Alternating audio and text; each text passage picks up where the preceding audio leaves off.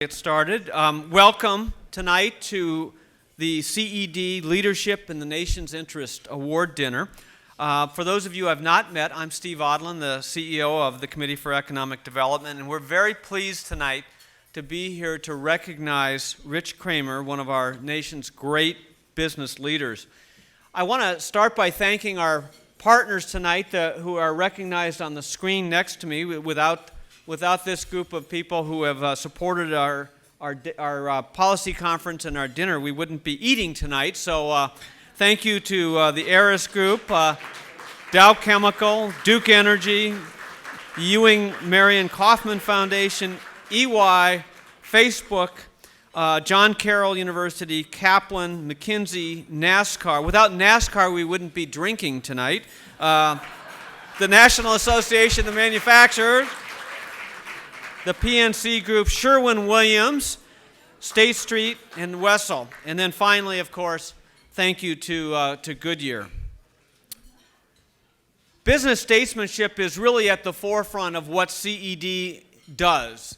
We have been around for nearly 75 years, and we've been a group of CEOs who have operated in the nation's interest.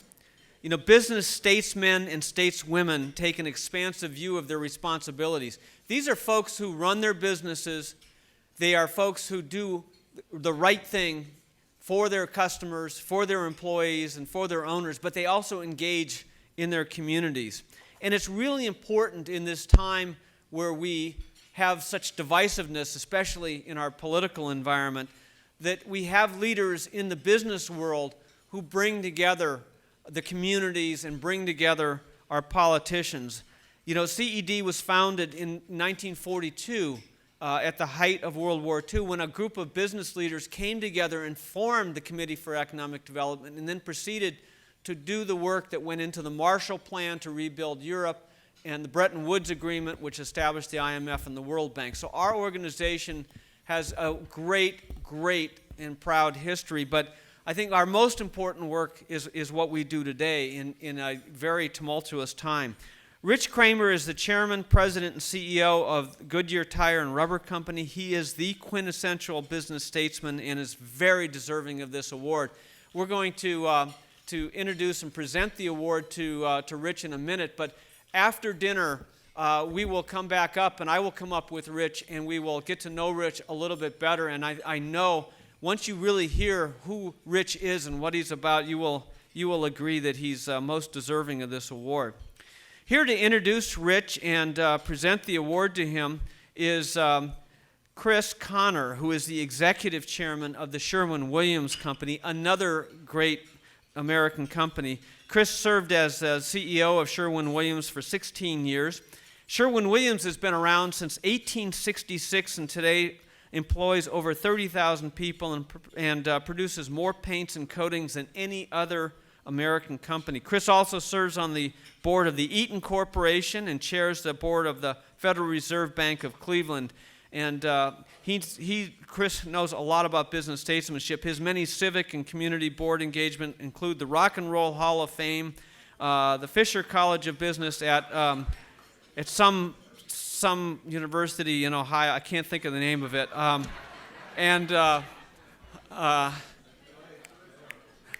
As a Notre Dame guy, you have to forgive me for that. I can't.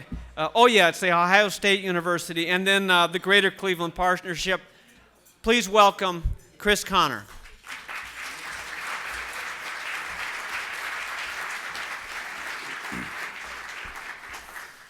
Thank you very much, and good evening, everybody. Tonight it's my honor and privilege to introduce this evening's Leadership in the Nation's Interest Award winner, Rich Kramer, Chairman, CEO, and President of the Goodyear Tire and Rubber Company. As I was thinking about my remarks, it really dawned on me that Rich's story is America's story, the America that we aspire to be again, a country of opportunity, open borders, hope, where hard work, determination, perseverance, and personal responsibility are expected of every citizen. Rich's parents emigrated from Slovenia in the early 1950s as teenagers to the United States. And upon their arrival in the USA, they got to work, they went to school, They found each other, they married, they started a family, and bought a home, all in about a 5 to 6 year period. I can only imagine the powerful lessons that Rich learned around that family's dinner kitchen table. Every night, a focus on family, education, honesty, and integrity. And when Rich's dad really meant it, it was spoken in Slovenian. Rich was the first member of his family to go to college. He attended John Carroll University, a respected Jesuit college in Cleveland, Ohio. While there, Rich was a standout soccer player, inducted into the John Carroll Sports Hall of Fame, earned a business administration degree, and perhaps the most important thing he accomplished in college is he met the love of his life, his wife Chris, and they've been married together for 29 years. Rich's bio is included in this interesting brochure at your table, so I won't go through any of those details, but in short, his Goodyear run is fairly impressive. He joined Goodyear in 2000 as the Vice President of Corporate Finance. In 2004, a very short time, he was promoted to CFO. Again in 2007 to President of Goodyear Tire North America, their largest operating segment. And again in 2010 to his current role as CEO of the company. So while Rich's advancement through this organization is impressive, even more so are the results that he's been able to generate with his team during this time period. Earnings have doubled since he took over as CEO. The company is operating at all-time numerous high financial records in its 118-year history. Goodyear is a strong, viable market leader in the tire industry, again, thanks to Rich and his team's efforts. Rich and his wife, Chris, are doing a terrific job of raising the third generations of Kramers in America. They have 4 children. They all attended Jesuit high school. 2 have already graduated from Jesuit colleges, Boston College and John Carroll. The third will graduate from Boston College next month. And the 4th one is a sophomore at Wake Forest. Finally, one of them escaped the Jesuits. Go Demon Deacs. As you'd expect, Rich is very active in the Akron community. He serves on the board of all the important civic organizations. He and his wife have been very active at their alma mater, John Carroll University, with their time and treasure. They've donated significant funds to that school. Rich has served as the past president of the Rubber Manufacturers Association. He sits on the board of the Sherwin-Williams Company, the Business Council, and of course, the Committee for Economic Development. The fact that I'm actually standing here tonight to introduce this good man, this Goodyear executive, my friend and factually my boss, is somewhat improbable. In fact, it would be very disappointing to my parents to know that I was here tonight. I grew up in Akron, Ohio, too. My father was an executive at Firestone Tire and Rubber Company for 37 years. That was a time when Akron truly was the rubber capital of the world. Goodyear, Firestone, B.F. Goodrich, General, Uniroyal, the names go on, all headquartered there, all with big manufacturing operations there. As a kid, the air in Akron, Ohio smelled like fresh rubber every single day. It smelled like money. It smelled like opportunity. The competition between these companies back then was fierce, and their families even more so. I can remember as a young kid coming home from school in the 4th grade and saying, "Mom, I've met this kid, Billy Hepburn. I've been invited over to his house on Friday night for a sleepover. Can I go?" And she says to me, "Well, Chris, you know, that's a Goodyear family. Aren't there any nice Firestone boys that you can meet at that school and make friends with?" We didn't mix. Today in Akron, Ohio, the rubber companies are all gone. They've been acquired by foreign companies. They're out of the tire business entirely. There's no more manufacturing jobs left there, except for one, the Goodyear Tire and Rubber Company, the survivor, better said, the leader, creating jobs, strengthening our community. Tonight's award, a leader of the nation's interest. Well, I can tell you the good people of Akron, Ohio would vote a resounding yes for Rich and Goodyear receiving this honor from you tonight. My father passed away recently, but my 84-year-old mother is as sharp as a tack, a daily Bloomberg watcher, Wall Street Journal reader, an advisor to me to this day. When I told her that I was inviting Rich to join the Sherwin-Williams board a few years ago, she replied, "Chris, aren't there any nice Firestone CEOs that you can play with?" And the answer was, no, there's not. There's only one American-based, independent, wildly successful rubber chief executive officer left in America, and he's here with us tonight. Please join me in welcoming and congratulating Mr. Rich Kramer.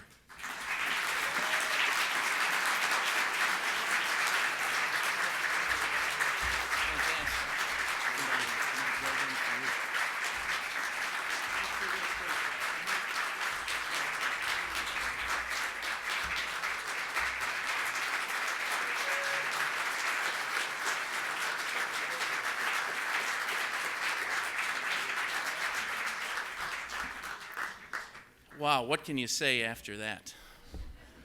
I'll tell just one other funny story on Chris before I thank Steve, and that is that, Chris said his dad was with Firestone for 37 years, and he's proud to say, in the Connor family, they never had a good year.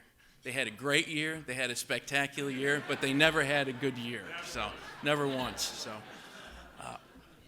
But boy, thank you so much for all of you for coming tonight. Steve, thank you for having me and all the sponsors, and certainly CED for having me. As I think about what you do, the thought that continues to resonate in my mind, right, is reasoned solutions from business in the nation's interest. And Steve and the organization, that's what you do. And I can't think of a time in our history, certainly it seems like it in every election cycle, but it seems even more acute today that there probably isn't a time where those type of solutions are needed than the environment that we're in today. So great work by the organization and great leadership by Steve. Thank you so much.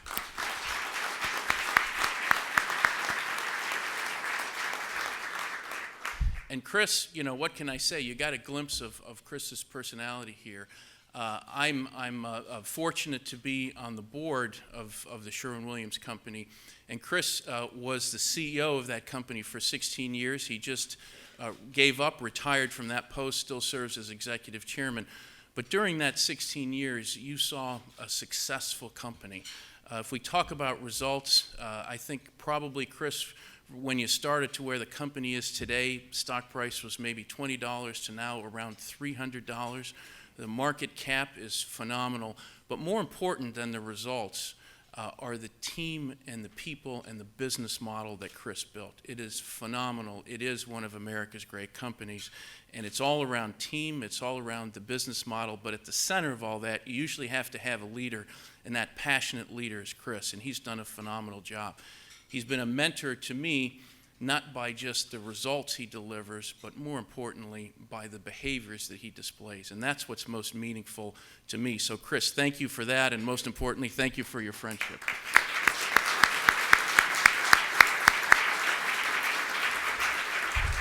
Now, Steve mentioned that Sherwin-Williams is celebrating its 150th anniversary this year of existence. That's phenomenal. So Goodyear at 118 years, I feel like a startup, right? We're a startup company here. And it's a good place for me to start my remarks today, because I'll be very brief, but when companies like Goodyear or Sherwin-Williams or so many others started, the notion of unicorns, that was sort of a fantasy creature, and going viral sort of referenced the flu epidemic going around, right? It's a different world today. Companies have come, they've gone, they've been bought, sold, and it always causes me to ask myself the question in my role, how does a company like Goodyear manage to last? What separates companies that endure from those companies that don't? And I look at Goodyear. We're a global company based in Akron, Ohio, a decision we consciously made when we put our new headquarters there about 2 years ago to stay there. We're a company that, as Chris mentioned, is the last U.S. rubber company, last major tire company in the U.S. Another way to say it is all our competitors are from foreign lands, including about 400 some tire companies from China. Sort of sketches the landscape today versus those sort of top 5 or 6 that Chris mentioned that were in Akron before. We're a company that sells our product in virtually every country in the world. We've got about 50 manufacturing facilities in 22 countries. And you'd be right to say that our brand is pretty well known everywhere around the world, not only for our tires, truck tires, passenger tires, aircraft tires, aviation tires, motorcycle tires, you name it, we make them, but also for our world-famous Goodyear blimp. And you'd also be right to say after a company's been around as long as us, we've developed our culture around innovation, around quality, around adaptation, adapting to the markets, around reinvention. All those type of things are who we are. And you'd also be right to say, being around 100 years, we've had a lot of firsts. We had the first all-weather tire, the first tubeless tire. We actually had the first conveyor belt. We had the first run-on flat tire. Many of you have those on your cars today. We invented that. And we had the first tire that went to the moon. So we've got a lot of firsts and a lot of things that I think, certainly from a product perspective, we're known for. But if I were to take a step back and say, what are the other things we're known for? What goes beyond product? Over 100 years ago, Goodyear started the Goodyear Relief Organization. That helped our associates many years ago when they were ill, when they had injuries. We started that as a way to help them. In 1916, we started the first pension plan. In 1950, we rolled that pension plan to cover all of our associates. And in terms of environmental focus and sustainability, Goodyear recognized soil and water conservation back in 1947 with the Goodyear Conservation Award. And certainly over our history, we funded many organizations in terms of research and development, science studies, as well as free enterprise. Those are the things that we've done, and I think those are the things that kind of say who we are. So if I answer the question of what really contributes to a company's longevity, certainly it's the products and competitiveness, but it's also the benefits that a company can bring to its associates, to its citizens, to its community, and even to its country. And I would say that's one of the things that we're most proud of at Goodyear and why we are still here 100 years later. And it's interesting, you'd also kind of find it interesting that many people recognize Goodyear but not for our tires. They don't even know we make tires. One of the things we're most proud of is we're the company that helps someone around the world, that helps them recover from a flood, brings supplies in for an earthquake, or helps rebuild after a hurricane, whatever else it might be. That's really who we are, and that is the type of company that Goodyear is. And that's why we're so proud of what we do. It's as much of us as is actually building great tires and bringing breakthrough technology to the industry. And one of the things that really pleases me is many of our associates will tell me, and I know Chris experiences this at Sherwin-Williams, retirees will come up to us, existing associates will say, everything I have, I attribute to Goodyear. Everything I own, everything I've become, Goodyear has helped me get there. There's not a prouder moment, I think, being in the CEO role that when you hear someone tell you that. I'm the 10th CEO in Goodyear's history. I view myself as a steward of the position. Someone will succeed me. My job is to make sure that this company is left in the right stead for them to be able to take it for the next 100 years. And part of that, to me, is really, Steve, what you call fundamental statesmanship. It's what the leader in the nation interest is all about, and that's creating opportunity for the greater good. And I hope, ultimately, that's what I can do in my job, because that's really what this is all about. Because everything, from economic growth to everything else we do, is created from opportunity. That opportunity to live in a safer place, to do meaningful work, to be part of something larger than themselves. And that's my goal. That's what I hope I do in my tenure at Goodyear for our people, for our communities, for our associates. And if I can accomplish that, I will be happy in what I leave behind as I move on. But in the meantime, I just want to express both my gratitude and my humility to receive such a nice award. I'm not sure I deserve it, but I thank you all very kindly for it. So thank you.